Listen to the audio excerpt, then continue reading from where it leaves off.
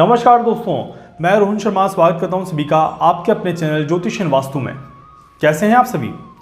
आज हम यहां पर बात करने वाले एक बहुत ही ज़्यादा महत्वपूर्ण टॉपिक पर, एक ऐसा टॉपिक जिससे आज आधा इंडिया परेशान हो रहा है, या फिर ये कहूँ कि पूरा ही इंडिया ऑलमोस्ट इस टॉपिक में कहीं ना कहीं इन्वॉल्व हो रहा है। जी हाँ, आज हम बात करने वाले हैं डेंगू के विषय में। कोरोना वायरस की महामारी तो एक तरफ चल ही रही है, बट आज के समय में डेंगू का प्रकोप कोरोना से भी ज़्यादा चल रहा है। ये बात शायद हम रियलाइज़ नहीं कर पा रहे, बट फैक्ट यही है कि डेंगू जो है वो बहुत तेज़ी से फैलता हुआ नज़र आ रहा है। डेंगू जो है वो बहुत स्पीड से यहाँ पर फैल रहा है। कोरोना शायद डाउन है, बट डेंगू अभी भी अप है। आप सभी ने मेरे पुराने वीडियोस देखे होंगे और आप सभी ने सुना होगा कि पुरानी बीमारियां यहाँ पर अपनी जगह पसार सकती है, अपनी जगह बना सकती है। और डेंगू आज की बीमारी तो है नहीं, डेंगू तो बहुत पुरानी बीमारी है, बट आज डेंगू का रूप जो है वो काफ़ी ज़्यादा पावरफुल होता हुआ नज़र आ रहा है। इतने सालों में डेंगू इतना ज़बरदस्त नहीं हो रहा था जितना इस बार अंदेशा दिखा रहा है या इस बार होता हुआ नज़र आ रहा है। पिछले 2 दिनों से मैं भी वीडियो नहीं बना रहा था, आप सभी ने देखा था। उसके पीछे एक रीज़न ये भी था क्योंकि कैलकुलेशंस में थोड़ा समय लग रहा था और उस कारण से कहीं ना कहीं थोड़ा सा देरी हो गई। तो बहुत सारी क्वेरीज थी मेरे पास, सर इतने सारे केसेस आ गए एकदम से।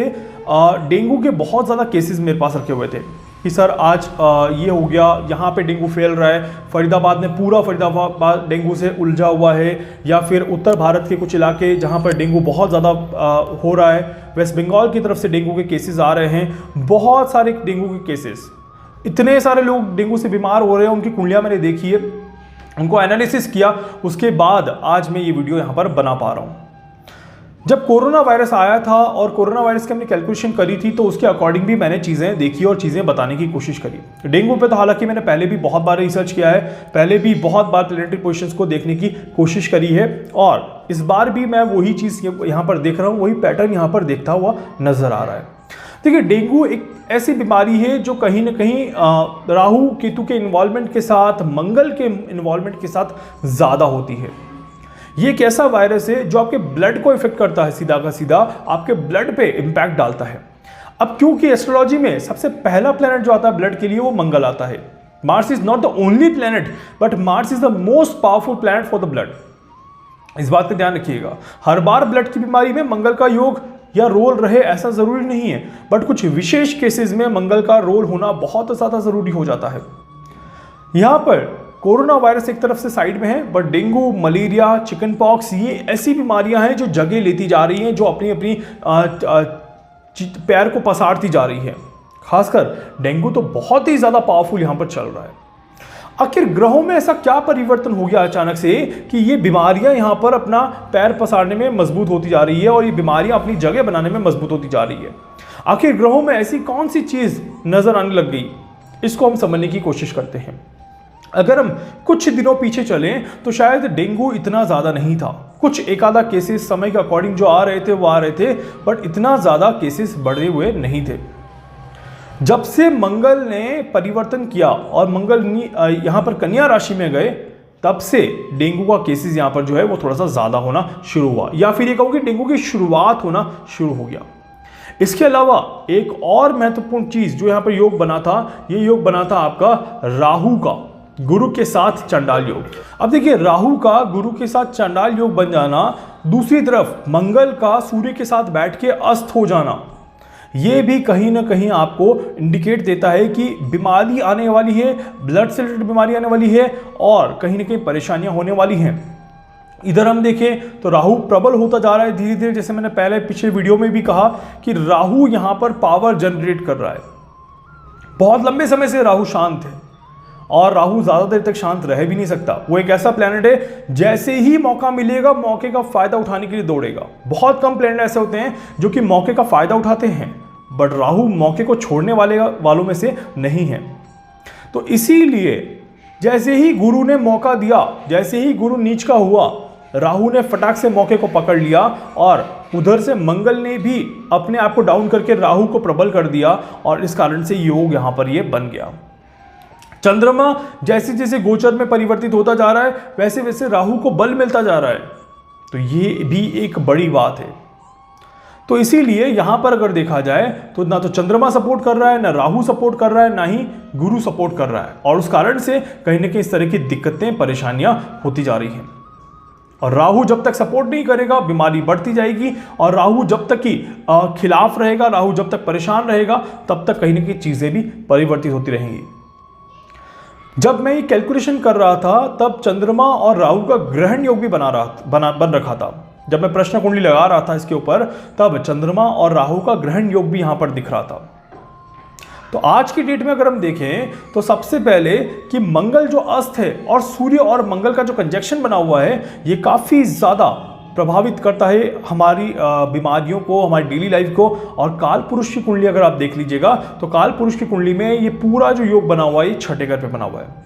अब देखिए एक और आपको एक ट्राइंगल बताता हूं, बहुत ही ज्यादा इंटरेस्टिंग ट्राइंगल यहां पर बन रहा है और बहुत ही ज्यादा इंपैक्टफुल ट्राइंगल यहां पर बनता हुआ नजर आ रहा है। अब ट्राइंगल कैसे समझिएगा, अगर आप समझ पाएंगे तो बहुत अच्छा रहेगा आपके लिए। काल पुरुष की कुंडली का एनालिसिस कर रहे हैं हम, मेष लग्न की कुंडली बना रहे हैं। यहां पर मेष लग्न की कुंडली में दूसरे घर में बैठा हुआ है राहु, और छठे घर पे बैठे हुए सूर्य और मंगल, 10वें घर पे बैठा हुआ है आपका जुपिटर। अब जुपिटर को सबसे पहले काउंट करें तो Jupiter is trying to conjunction with Rahu with the 5th आई।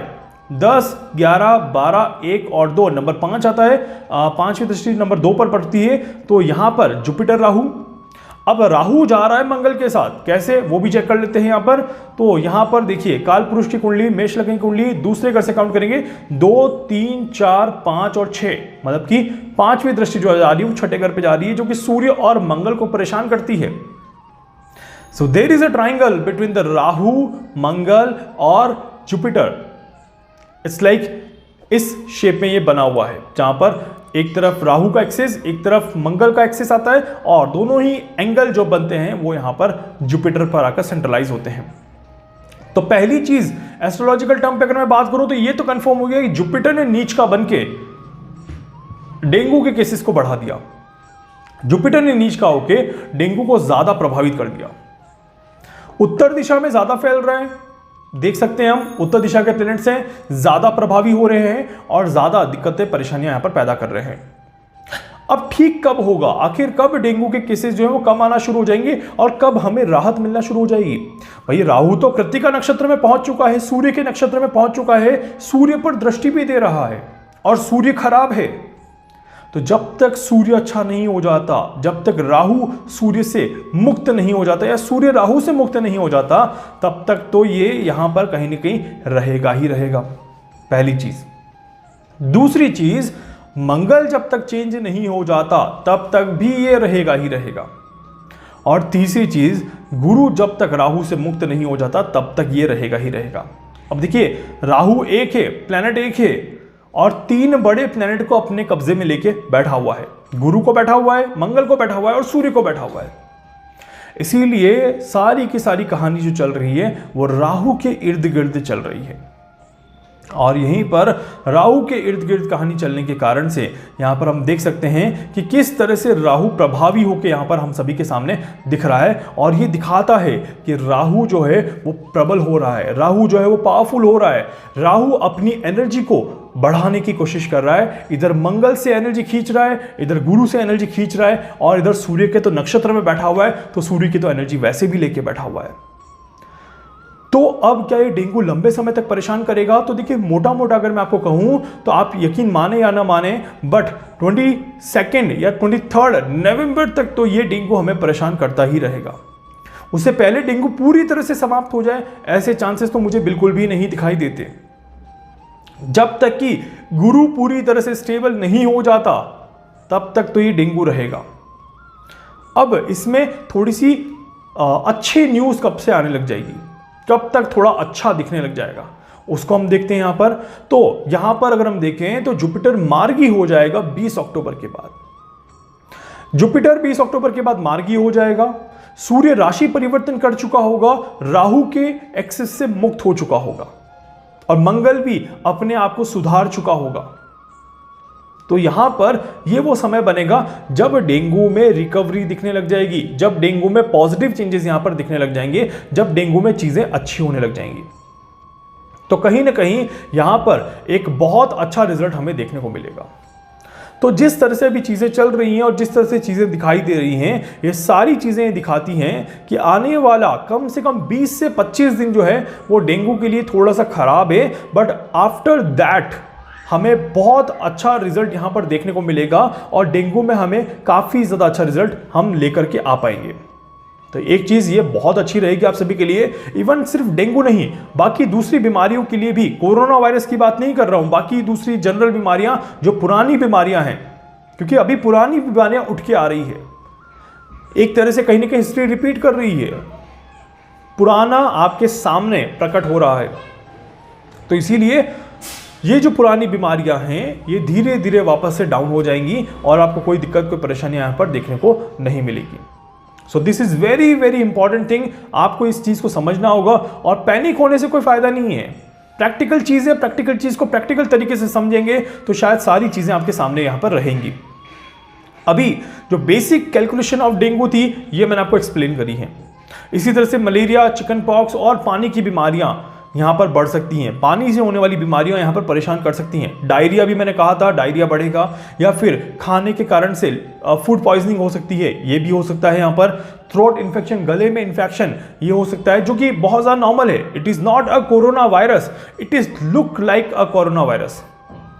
इस बात का ध्यान रखिएगा, बट आपको परेशान नहीं होना है, आपको पैनिक नहीं होना है। यहाँ पर चीज़ों को समझ के चलेंगे तो मुझे लगता है कि आपको पॉजिटिव रिजल्ट्स मिलेंगे, नेगेटिव रिजल्ट्स नहीं मिलेंगे। बट अगर आप चीज़ों को समझ के नहीं चले तो शायद आप अपने पैर पर कुल्हाड़ी मारेंगे और आप अपना ही नुकसान करते हुए यहाँ पर नजर आएंगे। तो यहाँ पर ये सारी जो चीज़ें हैं ये आने वाले 2 महीने परेशान करने वाली है। जैसे ही इधर जुपिटर खत्म हो जाएगा, जैसे ही इधर सूर्य खत्म हो जाएगा और जैसे ही इधर मंगल चेंज हो जाएगा, वैसे ही राहु वापस से अकेला पड़ेगा और राहु अब फिर नई चीजें ढूंढेगा अपने आप को बचाने के लिए, अपने अस्तित्व को बनाने के लिए। और वो नई चीजें डेंगू से कनेक्टेड तो नहीं होगी, इसका हम यहाँ पर कह सकते हैं। ये हो सकता है कि वो नई चीजें कोरोना से कनेक्ट हो जाएं, वो हम बाद में बात करेंगे उसके ऊपर, अभी टेंशन लेने की जरूरत नहीं है। तो आने वाले 2 महीने बीमारियां तो अपना जगह बनाएगी ही बनाएगी, और इन बीमारियों में डेंगू सबसे पहले यहां पर आने वाले समय में रोल प्ले करने वाला है। उम्मीद करूंगा कि आप सभी अपने अपने घर पर सुरक्षित रहेंगे, अपने अपने घर पर सेफ रहेंगे और ज़्यादा दिक्कतें, ज़्यादा परेशानी आपको नहीं रहेंगी। अब डेंगू जो सबसे ज़्यादा इफेक्ट करेगा, जो सबसे ज़्यादा इंपैक्ट डालेगा, ये 25 या 26 साल की उम्र से कम लोगों को ज़्यादा परेशान करेगा। ज़्यादा से ज़्यादा 28 साल से कम के लोगों को डेंगू ज़्यादा परेशान करेगा, इस बात का ध्यान रखिएगा। अब बड़ों को क्यों नहीं परेशान करेगा और बच्चों को क्यों परेशान करेगा, इसकी कैलकुलेशन सारी की सारी इसी कहानी में है जो मैंने अभी आपको बताई थी।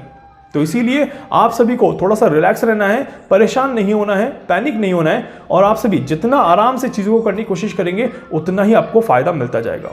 उम्मीद करता हूं कि वीडियो आपको अच्छा लगेगा और उम्मीद करता हूं कि आप सभी सेफ रहेंगे। वीडियो को लाइक कर दीजिएगा, चैनल को सब्सक्राइब कर दीजिएगा, बेल आइकन पे क्लिक कर दीजिएगा। इसके अलावा अगर आप मुझसे कुछ पूछना चाहते हैं, कुछ भी जानना चाहते हैं, अपने बारे में कुछ समझना चाहते हैं, आप मुझसे संपर्क कर सकते हैं। मैं पूरी कोशिश करूंगा आप सभी की हर संभव मदद यहां पर कर सकूं। धन्यवाद।